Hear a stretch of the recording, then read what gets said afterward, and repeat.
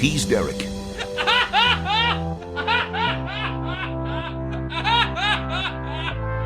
She's Romaine.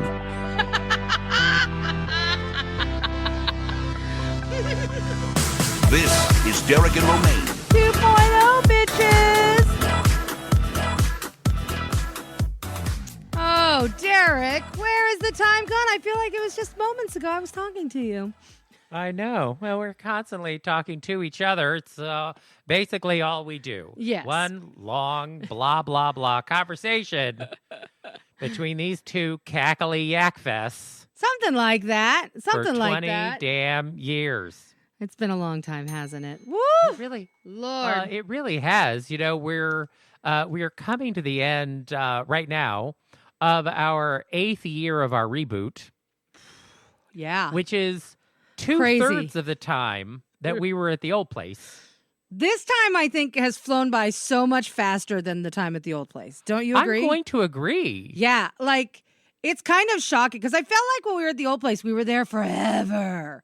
And yet now I'm like, wait, it's been how long? We just started this. Like, we've gone through so many transitions at DNR, the 2.0 version.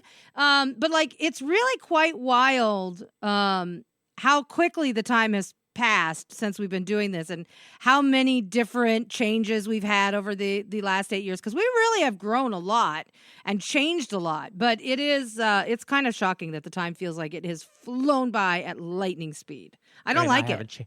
I haven't changed at all. I don't know what you're saying. I meant more about our business and things like that. well, But yes. not us personally. Yeah, we'll never change. No, we'll never change. We're But exactly the same. I don't like the time is going so fast because it means I'm getting older faster, which I don't like, which means I'm going to be dead sooner, which I also don't like. So as far as I'm concerned, hey, time, slow back down. I liked you better when you were slower. You know what I mean? Well, apparently, statistically speaking, if you want to live longer, you should go to college. I didn't do that. Apparently, in the United States, there is a 9-year gap in life expectancy between people who have a college degree and people who don't. Oh, wow. Which is significant. So significant that if everyone in the United States had a 4-year college degree, our life expectancy would be on par with other wealthy nations around the world. But because I can't remember what it is, 2/3, 3/4 of the U.S. population did not get a 4-year college degree, Derek and Romaine included, we are ranked among the lowest for life expectancy for, wealthy nations around the world. True. Well, I mean, I didn't get a college degree, but I did go to a technical school. Does that count or no? Not at all. I maybe it counts some. You know, I didn't go to UCLA, but I slept with a guy who did. And, well, that's practically the same thing. It allowed me to wear their sweatshirts for quite some time. Yeah. I mean, that's what I tell myself. And anyway, so I guess if you're concerned about your longevity, I am. Go back to school, Rodney Dangerfield style. Maybe I will go back to school. I'd love to. You know what? If I could go back to recording engineering school and do it again, I would love that. Because I know now what I need to pay attention to. Like, I was top of my class when I was in recording engineering school, of course but you were. Because I actually really, really cared about being there, so I really cared about getting good grades. But I wish I knew then what I know now. I wish I knew which skill sets to really hone while I was in school, to like really focus on, to really tap the knowledge of my teachers on more, because I know what I use now, and there are things I really, really wish I had done even more in when it came to studying. So if I could go back to recording engineering school today, I would. I don't have the time, but I would do it. I mean, I feel that way about almost everything I learned in school. Right.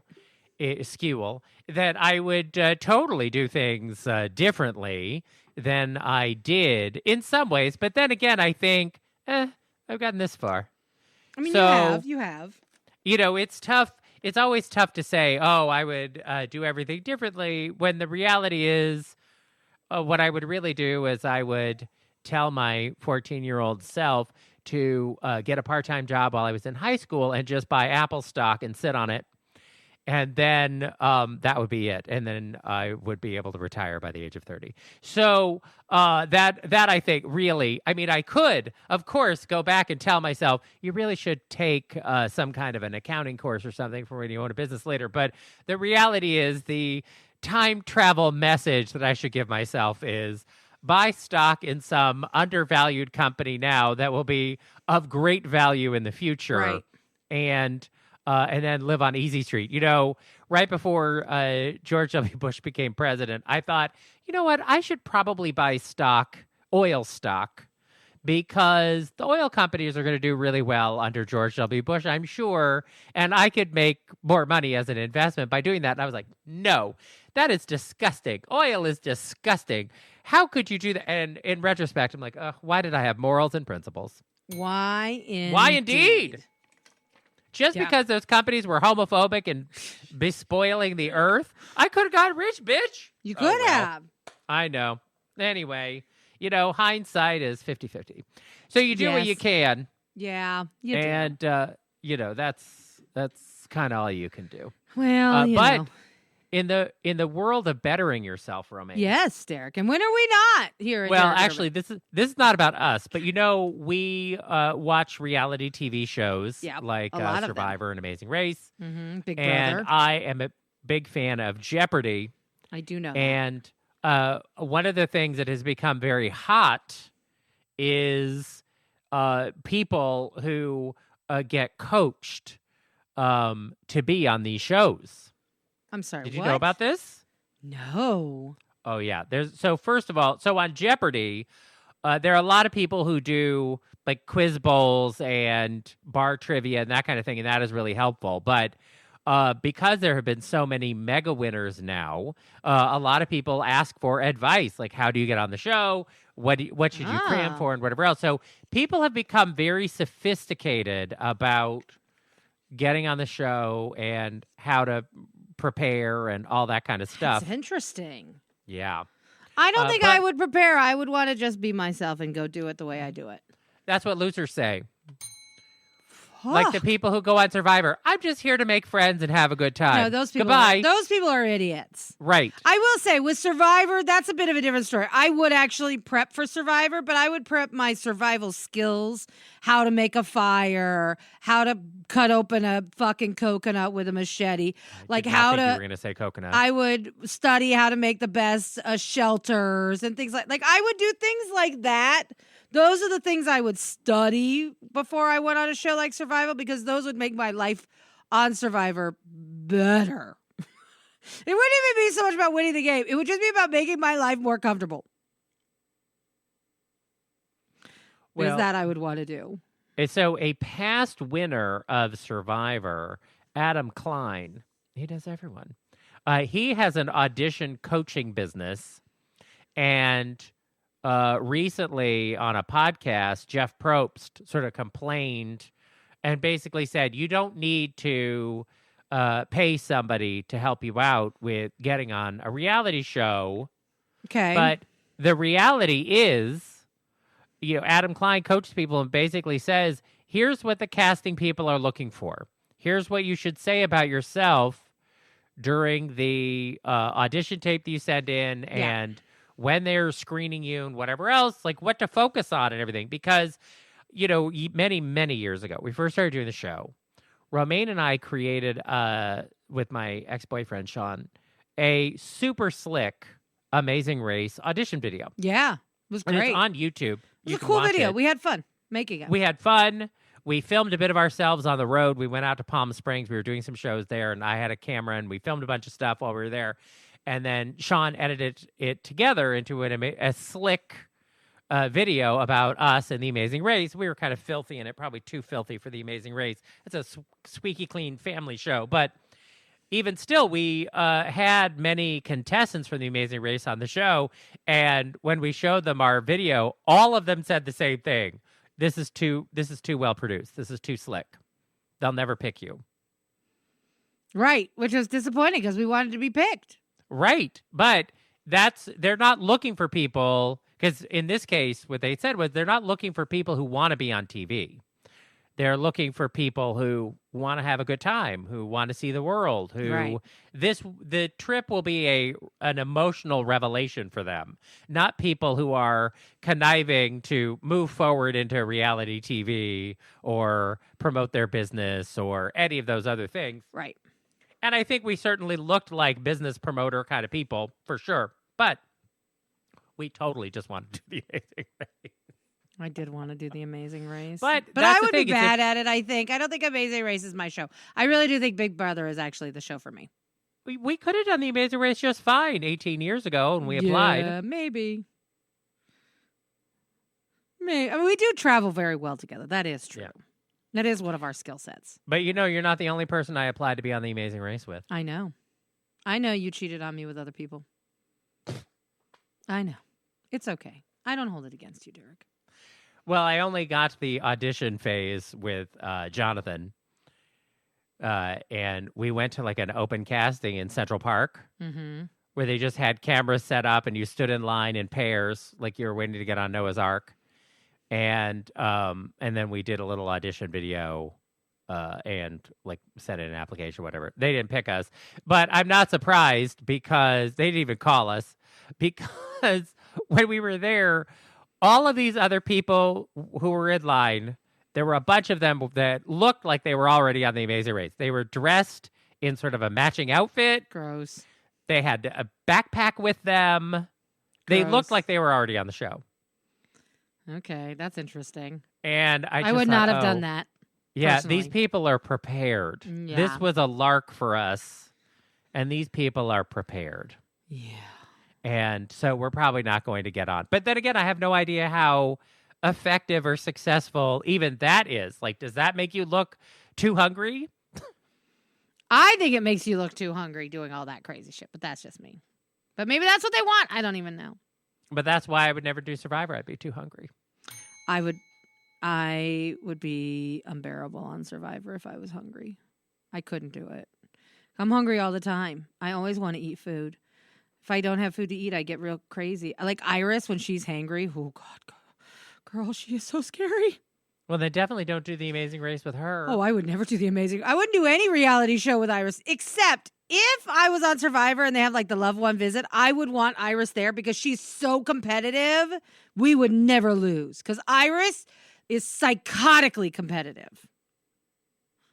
And she would not let me down in that category.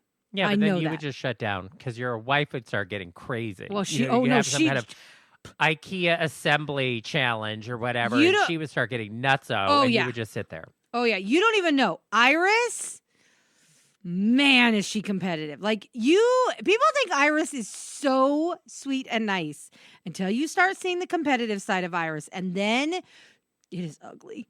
And by the way, my child has learned this behavior from Iris. And I'm telling you, it is psychotic. I'm like, Iris, baby, I love you, but Jesus, you scare the shit out of me. Like, super scary. Well, I Whereas don't I'm want like, you to be eh. afraid, sweetie. No, I don't want to be afraid. I never want to be afraid. I like to be not afraid. Yeah. Anyway, at this point, our goal is to get you on Big Brother. I would love to be on Big Brother. And if And- anyone knows how to make that happen, I am all ears. You email me, Romaine at DerekandRomaine.com. I'm And, yeah, serious. send her the Big Brother coach information, and she'll pay the $99 and get the inside scoop on how to do it. Sure. But I understand why Jeff Probst or Jeopardy or some of these other shows don't want people being overly prepared because Sure. it does give them a distinct advantage. But at the same time, you're running a game. You can't be surprised when people game out the strategy. Right. This is what happened with James Holzhauer and Jeopardy, is that he dominated the game because he worked out a game theory strategy for dominating the board. And it helped that he had a wide breadth of knowledge and, was fast on the buzzer. These are two very important things. But his strategy elevated his game to a whole other level. And it pissed off viewers. It was upsetting to them because they didn't like that it wasn't just a fun game for three librarians to play. Right. It became this because he plays in the world of poker, like that kind of aggressive gameplay thing. And he brought that to your grandma's sweet game show. And it turned off viewers because they didn't like the sort of gaminess of it. They like I just love it here. I'm so excited. And Alex Trebek is my hero. That's what the viewers want to see. And so I understand why the shows don't want those kinds of contestants. Right. But at the same time, if you're going to have a game where people can make a life-changing amount of money, people are going to do what they can to change win. their life. Yeah. That makes sense. I get it. That's kind of the point. And there will always be, I'm just here to have a good time and not embarrass myself, people. But the winners are the people who have come to win. Very, very true. Yeah. Well, we have also come to win. We have? Yes, because we have a delightful winning guest, Robin Hopkins, coming up next here on Derek and Romaine. More Derek and Romaine next. Derek, America's favorite travel show is back for 2024, and it's bigger and better than ever. Entering its 20th year, it is the only travel show series in the country where you will have an opportunity to find, plan, and book your next trip and talk directly to travel experts. It is the Travel and Adventure Show. Yeah, at travelshows.com, you can see all the cities that the Travel and Adventure Show will be at in 2024. And it's coming to a city near you. And Derek and Romaine will also be at two of the shows this year. This is our first time. We will be in the LGBTQ pavilion at both the New York City show and the Washington, D.C. show, but there are LGBTQ pavilions at other shows as well, and great vendors to see. In addition to, meeting travel partners, you could check out the live entertainment that they have, and you can learn from some of those most popular travel personalities that are out there in the industry. They have 3 stages that are set up where you can have access to educational content right on the show floor, and you'll get things like packing tips and how to use reward points, destination-specific presentations, and entertainment. You're going to walk away from each of the shows with knowledge that you cannot find anywhere else. Now, I will say, Derek said that it's coming to a city near you. Well, in February, they are going to be in L.A., Phoenix, and Washington, D.C., where Derek and I will be there hoping to see you. So go to travelshows.com for information on where the Travel and Adventure Show will be near you. And be sure to check out the LGBTQ Pavilion in Chicago, Los Angeles, D.C., and New York. And, of course, see Derek and Romaine at the New York and D.C. shows. That's travelshows.com, and we will see you at the Travel and Adventure Show. DNR 2.0. Derek here, along with Romaine Patterson, my fabulous co-host. And joining us now, Robin Hopkins is back with us. She is the host of, Adjusting. And you can check out Robin on the web at robinhopkins.org. And she is also on Twitter and Instagram, TikTok. Oh, Lord, we'll have to talk about that. I know. And, of course, her podcast is available everywhere. Fine podcasts are available. Robin, welcome back to the show. Thank you. I particularly like how you get the 3 dots in the middle of adjusting. Like, it's well done. It's well done. Thank you. I try to, I have to be honest. I used to be very focused on pronunciations of things on the show when we first started doing it, decades ago. And I have to admit that I have gotten lazy over time on that. But I do my best when I can.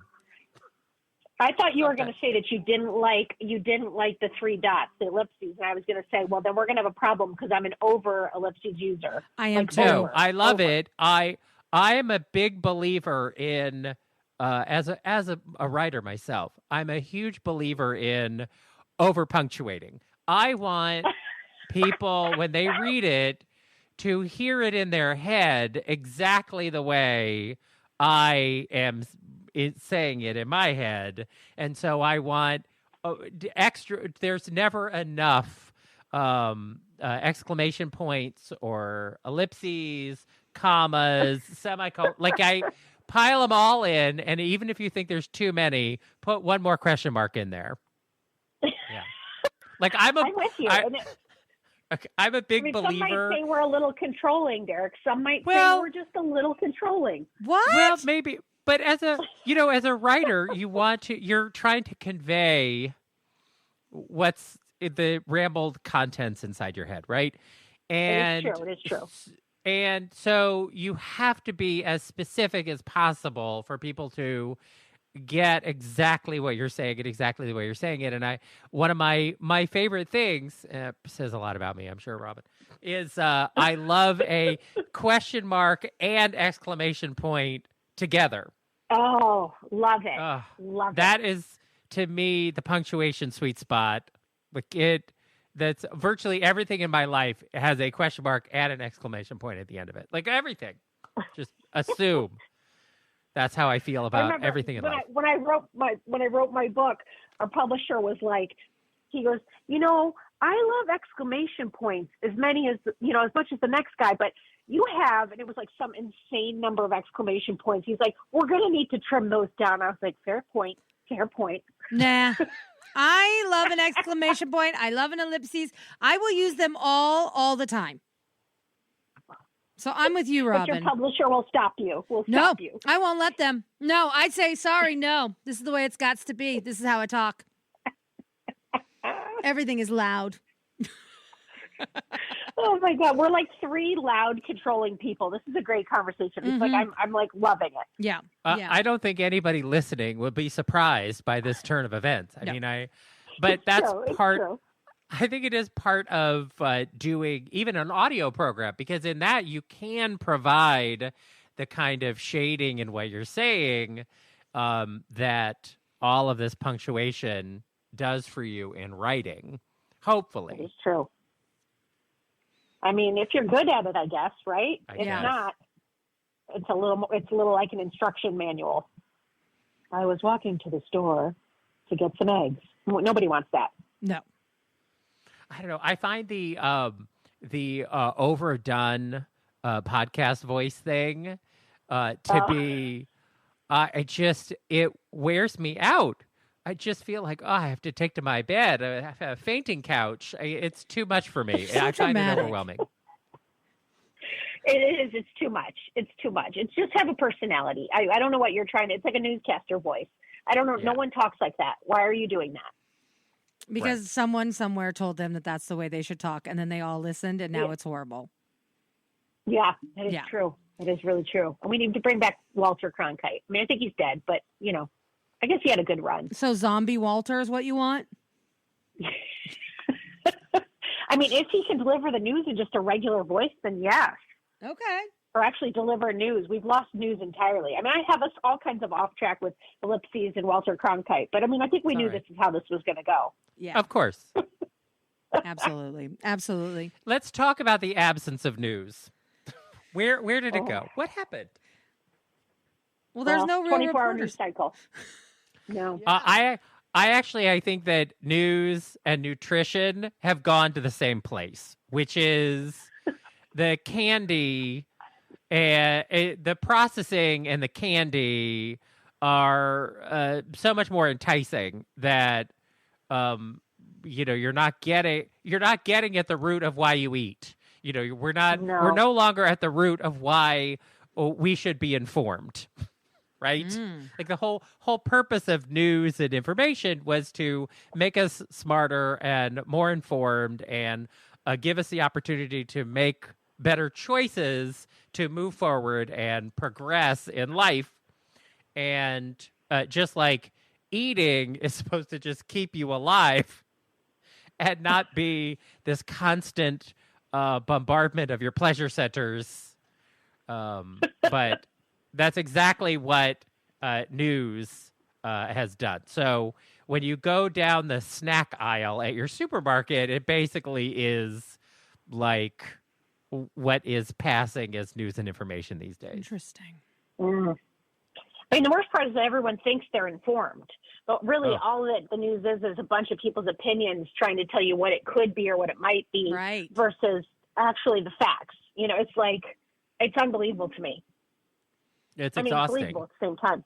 Yeah, it is. And then when you say it with a podcast voice, gotta lay down. Then forget about it! Exclamation forget point. It. Just forget it. I can't. Question mark. Ridiculous. Wow. Oh, I snorted. Woo. How are you all doing? How are things over at let's the talk DNR about, studio? adjusting. Oh, no, Derek doesn't want to talk about us for a change. So let's talk about well-adjusting, Derek. Let's talk about well-adjusting. Because now I feel like I started a fire, and I don't want to get in the middle of this. You're right, you don't. No, there's no fire. There's no battle here. Isn't there? We've already been so off course, and if we want to keep this under 3 hours, we should probably jump into the focus of why you're here as early in the conversation as possible. Fair and valid. We can do it. All right, so you have a new season of Well Adjusting. It came out here earlier in October, and we are now in the very early part of November. So walk us through what has already happened in this new season and what more we have to expect.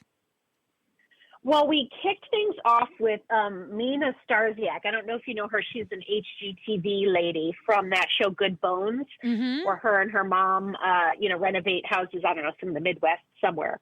And she was fantastic because she came in and talked about how her TV deal was ending, but, which sounds like maybe not a relatable episode, but really it was about when work is your identity. And what does that look like when it's been changed, not on your terms? And that was like such a great way to kick off, to kick things off. We also have an episode about like your identity around adoption. A woman named Mia, who she was an Italian family from New Jersey, adopted her from Colombia. She's, late 20s, maybe early 30s, and trying to figure out her identity. So we have an episode that's coming up about layoffs. We have such an interesting season with so many like cool conversations and questions. Oh, we got a lady coming on who has been in and out of debt like 4 times. And one of the times is because her husband had an addiction and was running up the charge cards and she didn't know it. He was taking cash advances out. Yeah. So it was interesting is it was like a real highlight of how often financial problems are really not necessarily even about, it's kind of like losing weight. Like we all know, I got to put less donuts in my big fat face and I'll lose weight. But that's not how it works because there's emotions and everything that's underneath it. It's the same thing with money. People, it can be generational trauma or, just patterns that you've, like worth and self-value that I deserve this. And then you charge more things and then you get into more debt, so it's like, it's been a really cool exploration of all these patterns and stuff and just how we all get in our own way. So but I know that all sounds very serious, but like we're laughing and having cocktails as we do it, which is to me the perfect, like I want to get in your business. We're going to drink while we do it. Like that's perfect. That's a great hour. So you're really getting like into some kind of tough stuff, it seems like. I mean, debt and personal identity, what it feels like to get laid off. I can tell you from experience, it's fucking horrible. Ditto. But it does sometimes yield amazing results. So, you got to get through the shitty part to get to the good part. But interesting. But they're all just like really, like I said, they're these really deep conversations. But what's so cool about it is, we're at a point, the first season we were going out to people that we knew and being like, you got a problem? Come be on my podcast. Because it's like, no one knows what the show is. So people can't email you and say, I want to be on it. And now we're at a point where, listeners are reaching out and being like, hey, I've got this problem and I'd love to talk to you about it. And what's so wonderful about it is that's the person who's coming in open. It's like, it doesn't work if like all of a sudden I just walk up to you, Romaine, and I'm like, I want to talk to you about some problems you've got. And you're like, wait, what? No. Like I'm not going to talk to you about I didn't ask you. Yeah. I did not ask for your help, nor do I want your opinion. But, these are people who are just like in a space. And like, I think that sometimes when you're there's some kind of like a motorcycle brigade going in front of my apartment. But, Ooh, exciting. Sometimes like when you're in the middle of your own problem, it's just like you're just arguing with yourself up in your head. Yeah. So it's really kind of an interesting space to just be like, all right, well, tell me about that. Well, why do you do that? And why are you letting your husband do that? And why are you the only one who's getting you out of debt? And it sometimes can really like cause a light bulb. And I think for someone to go off, but also I've heard many times people say things like, you're not the first person to say that to me. And, what we're doing is just being a voice of someone that you don't know that's pointing out what all the people have already told you just didn't want to listen to, if that makes sense. Mm-hmm. Yeah, that But totally they're just makes fantastic and interesting conversations, and it's just so nice to see people like we've had some people who have sent us updates of where they are. And, like even between recording and airing, like the woman who got laid off was like, I just signed up for this college course and it's going to be amazing. And I'm so excited and I can't wait to give you more updates. And I'm like, I can't wait to hear those updates too. right. We're using our podcast voice and doing good things. I mean, two wonderful things. I am curious about your thoughts and feelings on identity, because I do think that you address this with the lady from Good Bones about when your job is your identity, which is obviously writ large. If you are a public figure, the job that you have, or a TV personality, that's a big part. That is your identity because it is a public identity that you have. Yeah.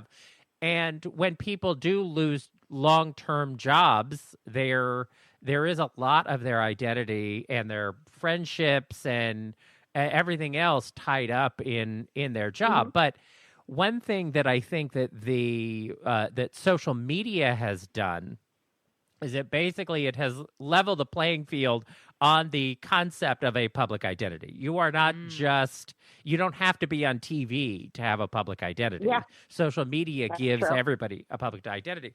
But I think that what it has fueled for people is an identity crisis, sort of this overly intense, accelerated, keeping up with the Joneses thing that social media has done. And I think that it has caused a lot of people to really question their identity, how they compare to other people, who they are, and what their life is about, because they're in a space where they're constantly being forced to evaluate themselves compared to other people and what they're projecting to other people. Yeah. And what's so funny is, like, we kind of had two episodes that were different episodes about different topics that we were both touching on that, like Mia, the one that was about adoption, and then Mina, different, only add the end. Mina's episode where she's talking about her, her personal stuff with work. And the thing is that for both of them, it was not really about that on the top. It was like for Mina, she had just all this pressure of like, I employ all these people and what does it mean if I'm not taking care of them, versus just like, okay, well, what do I want?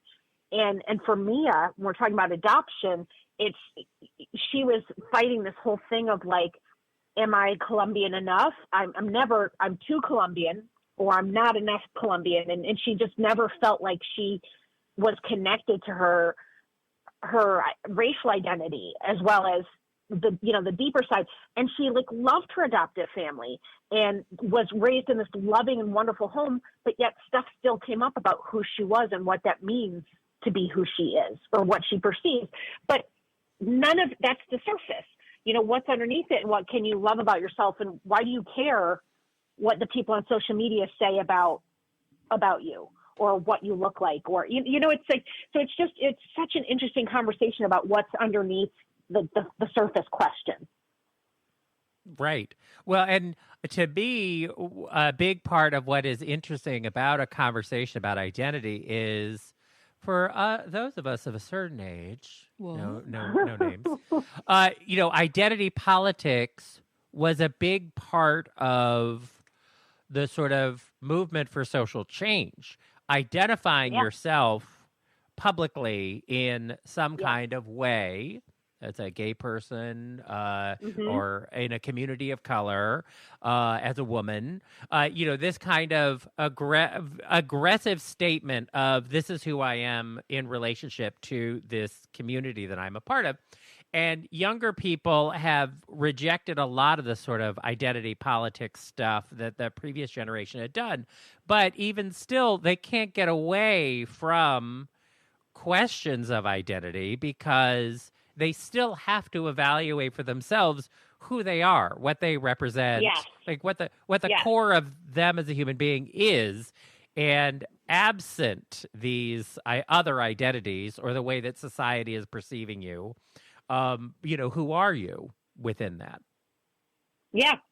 Well, you're right, because they are absolutely saying, like, don't label me, don't put me in this box. Like, my daughter is sometimes using they, them pronouns. We had a whole conversation about it. I said, why is that? I said, is it because you don't feel feminine, or you feel feminine and masculine? And she said, no. And I was like, okay. And I was like, my old ass brain was like trying to understand, because it's like we were all in boxes. Mm-hmm. I said, I am a lesbian. I'm a lesbian who wears Gap t-shirts. Bing, that's me. And, not too butch, not too feminine. Just this is what I do, And eventually I asked her like 7 different questions. She just kept going, no. And then eventually I said, is it that you just don't believe in gender? And she goes, it's that. But you're right, though, saying that and saying I'm just queer as an all bucket kind of thing doesn't stop you from having to figure it out. In fact, I think it makes it more complicated in some ways. Mm-hmm. Because then you're saying, I don't believe in anything, so then she's always walking around going, this year I'm cottage core, or this year I'm like, and I was like, what? And she always has a name for her style. I'm like, I don't know what any of this is. But I know. I know exactly what you're going through. Yeah.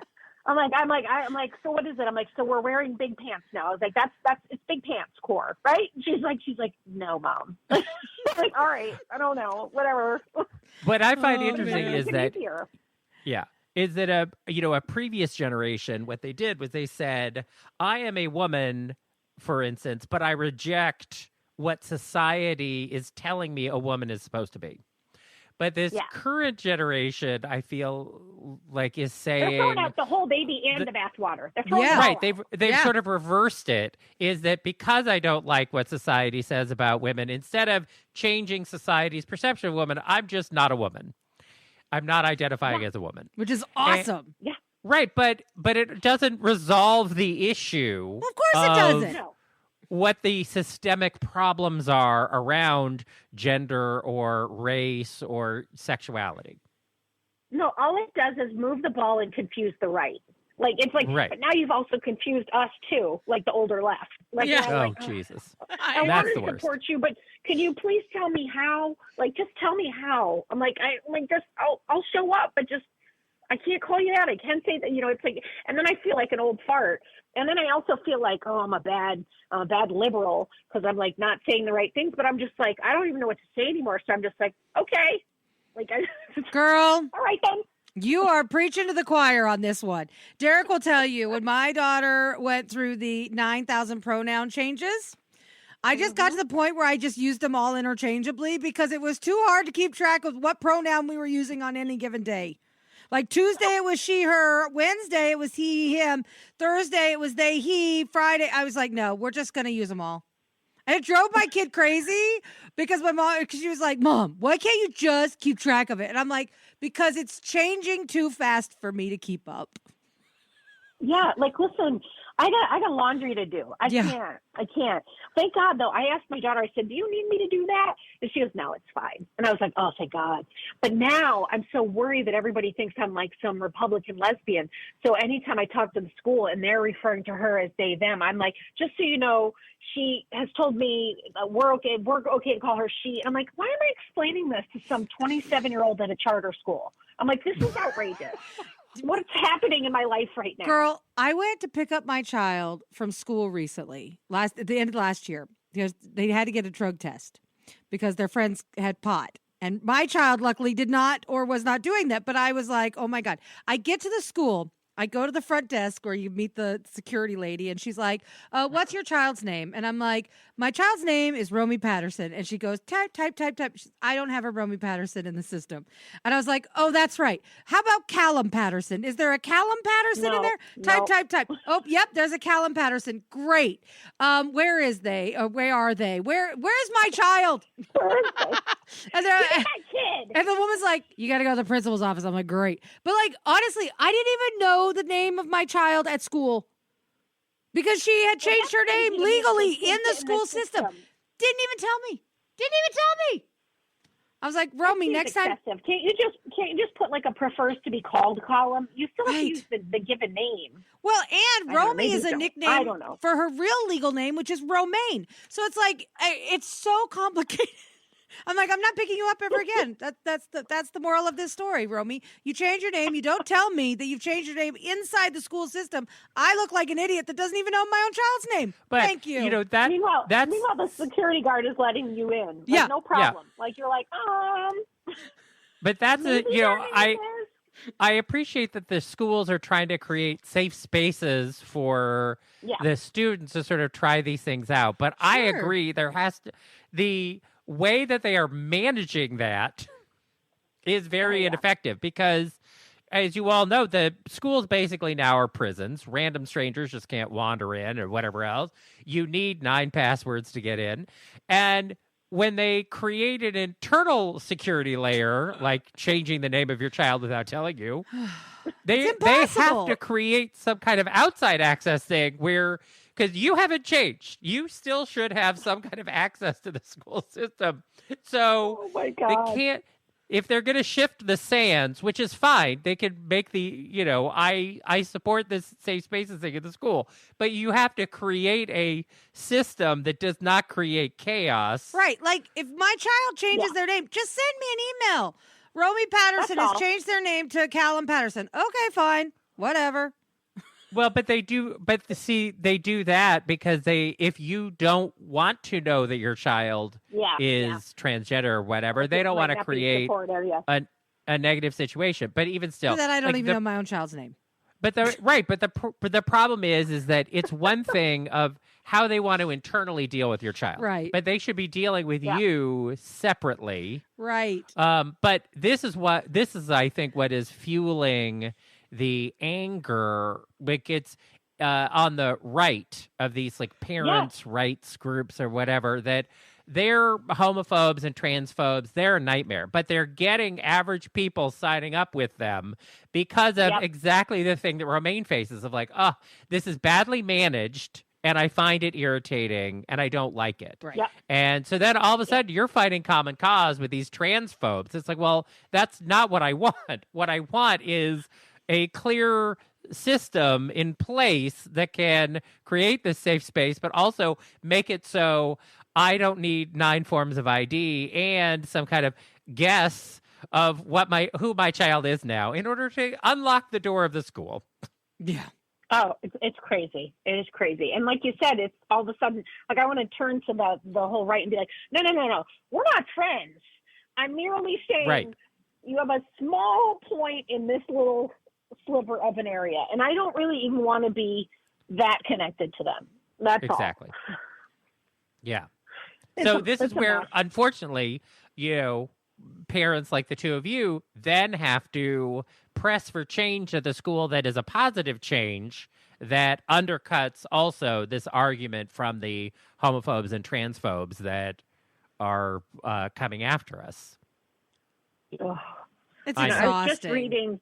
I sort of give up. I was just reading about this sheriff in like Idaho who took out 2 books that he thought were inappropriate, and he just refusing to return them. And I was just like, we've really gone off the, I don't know, what's that phrase? Off the range, off the farm. We went off something. Off the reservation? That's what they used to say, but that's that racist. One. I don't think we're supposed to say that anymore. No. Off the rails. We've just fallen. I don't know what we've done. It's a mess. And I just don't have any solutions. I mean, now that the library thing is so digitized now, I appreciate the efforts by these yahoos. I think I can still say that who pull this kind of crap. But ultimately, they're just fueling a digital revolution that will make more information available to more people. The New York Public Library basically has said, we will give you digital access to all of our stuff if you live in a place where they are banning books. So it's like, well, they're the number one library in America. So, and they have unlimited resources to digitize literally everything. So great job, local book banner. Way to go, stupid sheriff in Idaho. Yeah. You have a tiny, underfunded, not well-stocked library locally, and you've created a situation where now local people will have access to infinitely more resources because you took one book out of the library. So great job. You've done the Lord's work here. What's so stupid is he's paying the fines. So he's ultimately going to pay for that book. So he's putting money in the pocket of the author he doesn't like, which I love that too. Yeah. Oh, and dear. when you search this article, you're going to open it up and he's going to look exactly like you thought he would look. You're going to go, yep, that makes sense. That guy. And it drives donations of money and books from outside that area to these libraries that are under attack. And so instead of having fewer Heather Has Two Mommies, now you're going to have 50 of them. So that's right. Good job, look stupid. Look at you guys finding the light in the dark tunnel. I love this.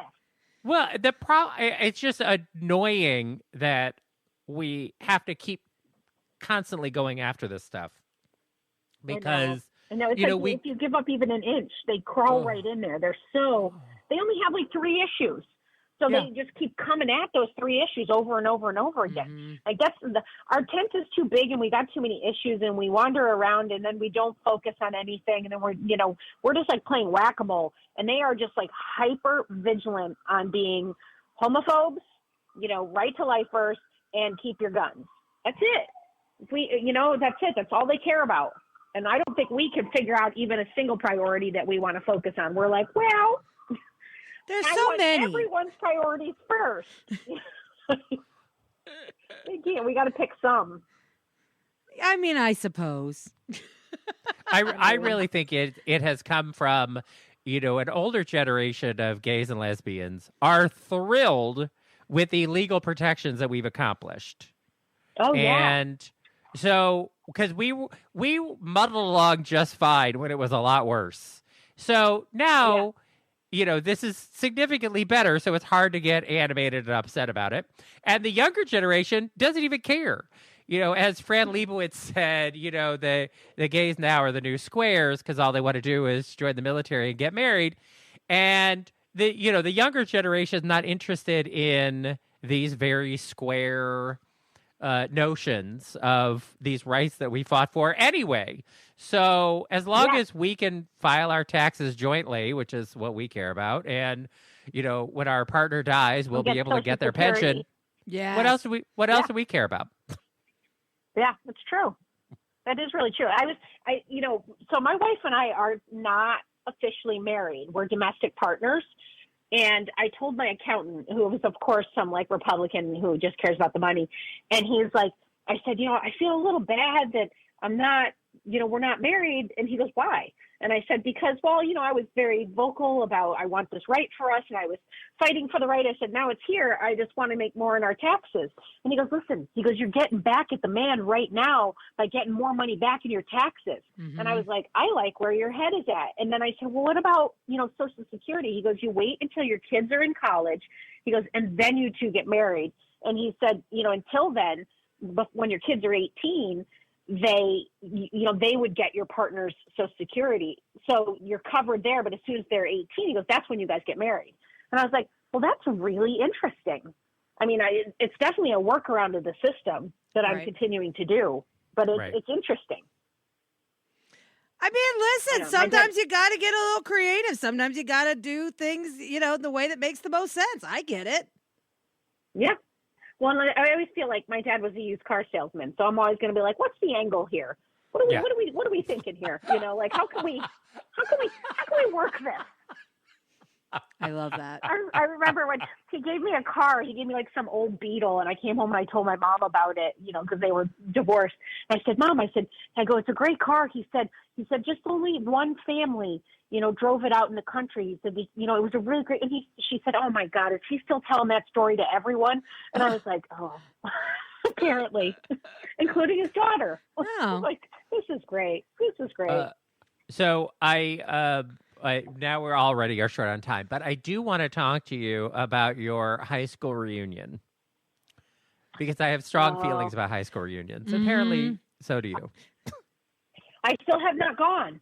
So I have a Substack. It's at robinhopkins.substack.com, and it's called Shit I Learned from My Crappy Childhood. And I write all these essays. Yep. And I reposted an essay that I had written, I don't know, 5 or 6 years ago. I think it was like, I don't know, maybe 25th high school reunion. Maybe it was 30. I don't know. It was your 30th. I read it. Anymore.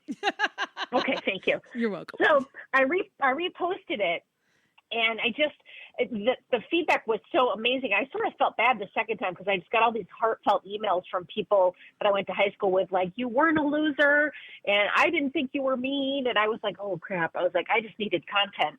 But but I will say it's been like 5 or 6 years, and I still have not gone to a reunion. I think I might go now. I think I would. What has changed enough. your mind? I honestly like. I think all the people that wrote to me the first time I posted the essay saying, like, that is just not at all how I remember you. And I will say there's one girl that I wrote about in the article. Like, there's like, I talk about how I had a really kind of bad childhood and I was a little mean at some points to some people because I was trying to win favor with the popular kids by, being mean to somebody else, which is like, one of my greatest regrets to this day. And I wrote about this one girl who we had this whole conversation saying, like, "Oh, I hate those guys. They're so mean to me too. Like, well, we're going to be friends." Like, and I was like, "Yes." And I was so happy. And then I was at her expense making a joke and she was standing behind me on the line. And I never forgot it. It was horrific. And so when I wrote that, I sent it to her and I just said, "I just want you to know you're the influence for this whole section, and I've always been sorry, and I should have said sorry sooner." And I got the nicest email back from her that said, "I often use you as an example to students that I teach that who you are in high school doesn't have to be who you are as an adult." Oh, wow. And it was so like her note was so nice, and she shared it, and it was so profound just to be like have someone kind of let that go for me, that I think it opened the door to, why am I still carrying this? I didn't even go to high school for 4 years. I only went for 3 years because I did my junior and senior year at the same time. Like, so why am I letting this short period of my life dictate my insecurities? And if these people don't like me, well, so be it. Like, maybe I don't like you either. How about that? So I think that something has shifted for me, but I do think that's why I'm such a huge proponent of journaling. Like, writing the essay healed something too, to see, to forgive myself and be like, you were in a really bad place back then. And, I wasn't being taken care of, and I was, pretty much doing things on my own, and and I just was trying to figure it out, and I did it badly. Like, it's time to let myself off the hook. And sure, like, how bad can it be? I'm going to go to a small town upstate, look at some parks and be like, okay, well, I live in Brooklyn now, and I'm glad I'm not here. It was nice to see you, and bye. I mean, I don't know. That's kind of where I'm at. Derek, what are your strong feelings? Well, I mean, I am a big proponent of the performative act of going to your high school reunion to rub it in everybody's face about how great your life is. And of course he is, right? 150% believe, with 3 exclamation points on the end, that the people who don't come to the reunion don't come because they know that their life is not what they thought it was going to be. Interesting. They peaked in high school. Yeah, but I actually I went to my 10-year and I went to my 20-year, and then I don't even think we had 30. I went to a high school. I had a graduating class of almost 1,000 people. a huge graduating class. Too many. Jeez. And I think our first high school reunion our 10-year had maybe 150 people at it. And then the second one, I Wow. think, the 20-year had maybe 80 people. And it was on the Queen Mary. It was fun. And then we had some fucking footballers for our high school. It crashed because they didn't buy tickets. But then they like crashed it. Oh, look how cool we are. We crashed and I just thought, well, that's the saddest thing I've ever seen. You're But still a loser.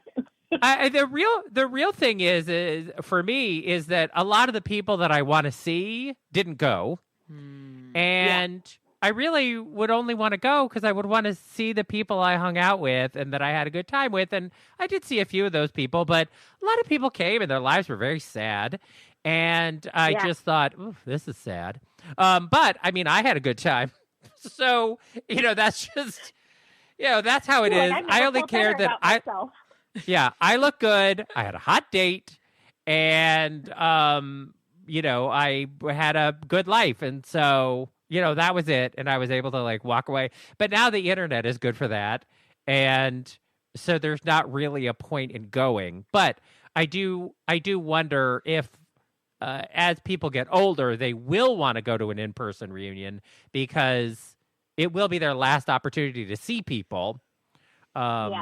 And maybe they will actually want to actually reconnect with people in person after years of sort of virtual connection, which is really not the same thing. It's not. But No. but I can't even imagine for stalking them younger on people. Facebook is not the same. No. Yeah. No. I can't even imagine what it's like for people who were in social media in high school and college. Yeah. And then later on will still be connected to those people, the good and the bad people. I don't think any of them will want to ever see any of those people again. I mean, I never want to see any of the people I went to high school with again. Honestly. I mean, there's a couple that I've stayed in touch with over the years, but like a couple. And I went to I had a very small graduating class, 33 kids. So I literally knew every single one of them most of my life. But I'm like, they don't deserve my return. They also don't want to see you. Well, that's true too. They don't want to see me. So they scheduled Romaine's not 10-year high school reunion. My this is true. arch nemesis did They it. like asked people, "Hey, when is everyone available?" And because it's such a small class, and Romaine said, "Oh, I'm available anytime except for this one weekend," and that was when they scheduled it. Yeah, it's fine. It's fine. They hate her. They do, They but- don't want her back. In all fairness, I don't like them either. So it's all Well, good. It's all a right. mutual disadmiration. Here's what I society. want to ask Robin about before we run out of time, Okay. Derek. Oh, God. Robin, Okay. you know what I'm going to ask you about. I think I might. Yeah. I think I might. So, Robin, in addition to being the host of Well Adjusting, you are also a working actor, and you recently have starred in some commercials, including one where you're naked. Yeah. So, tell me naked about pickleball. that. Yeah. Naked and playing pickleball. I have to tell you, every time I think in this business, I've seen it all. Like, I book a naked pickleball commercial. It's just like, I got the audition, and it was the first in-person audition I'd had in 3 years. It's Okay. like nothing has gone back to, and I had to do it in a bathing suit. In a bathing suit and sneakers under fluorescent lights in a conference room, Oh, God. in Midtown. Oh, So God. I was like, my whole immediate goal was just like, can I do this, do a decent audition, and not not go into some self-loathing bender afterward, and that's a success. So I do it, and I'm like, okay, it's over. And then of course I get a call back, and I'm like, oh, okay, all right. So I'm back in the bathing suit. I'm back in the bathing suit with my sneakers in Midtown under the harsh overhead lights. And, the director was like, whatever with me. So I was like, I didn't book this, because he wasn't like when they don't laugh or I'm like, I didn't get this. Cut to 2 days later, my agent calls me and is like, so you booked it. And I was like, what? I'm sorry, excuse me? And it was just, it was surreal. And the only thing I'm thankful of is like, I got that call on a Wednesday and the fitting was Friday. So I did not, and then the shoot was Monday. So I you didn't did have not a lot of time to get too crazy. Yeah. Yeah, I just had enough time to like stop drinking to get the water weight off and then just hope for the best. But when I went to the fitting, she handed me like a green kimono robe and just a pair of underwear and a bra, a strapless bra. And she's okay, you know, go in and put it out. And I come back out and I'm like, and so we're doing this like dance. And I'm like, I take the robe off now? Because they take pictures of you in your outfit, your wardrobe, and then they send it to the director and the team to make sure this is the look they want. But she goes, yeah, you're going to take it off. So I take the robe off, and I realize, I look to my left, I'm standing up against the wall in fucking flesh-toned underwear and a bra that just is not covered, like things are coming out. Oh, no. Like things are bubbling over. Uh-huh. And I was like, I look over to my left, and the fucking receptionist for the company is sitting there taking phone calls. And because they just put like draping piping up in like the lobby, and that's where we're doing the fitting. Oh and people are walking by with blue folders in their hand while I'm standing in underwear. And I was like, I don't want to be naked alone, let alone in front of people. And I'm telling you, so I was like, okay, it's going to be fine. Well, I'm telling you, it was the biggest set I've ever worked on. I mean, I was like, do all these people need to be here? This was, and like the producers like had brought their children. I was like, why is this bring your child to work day? Like, and there was probably 20 naked extras walking around, and it was the most surreal thing I've ever done. The only thing that I'm so grateful for was there was this woman who played the opponent of my pickleball team, and she was really like a fucking lot. Like she was that woman who just, there's nothing that you say that she hasn't already done that, you know, that she ends every sentence with, because I used to be a librarian, and you're just like, okay, you're a lot. So we go to do the first shot, and I had to take the robe off in front of all these people, and I'm just like, I want to throw up. And I'm supposed to be like pretending to stretch, so I got my arm in front of me. I look over, and Sally has taken her leg and just put it, and she's not fit, and she has put her leg up on the tennis, on the net, and she is, and I like, so her business is out, and I was just like, okay. I was like, well, if she can do that, then I can do anything. And I just kind of like let it go and let God. I sure did. And then I will tell you that pixelation is your friend, because they pixeled all my problem areas, and it's just really my shoulders that look like I'm naked. And I was like, all right, well, if some part of me had to be showing, well, I guess that's a good part. So, and then of course that was the one that immediately somebody from college was like, hey, did I just see you? And I was like, here we go. You're like, yes, pickleball. You did. You did just see me naked playing pickleball.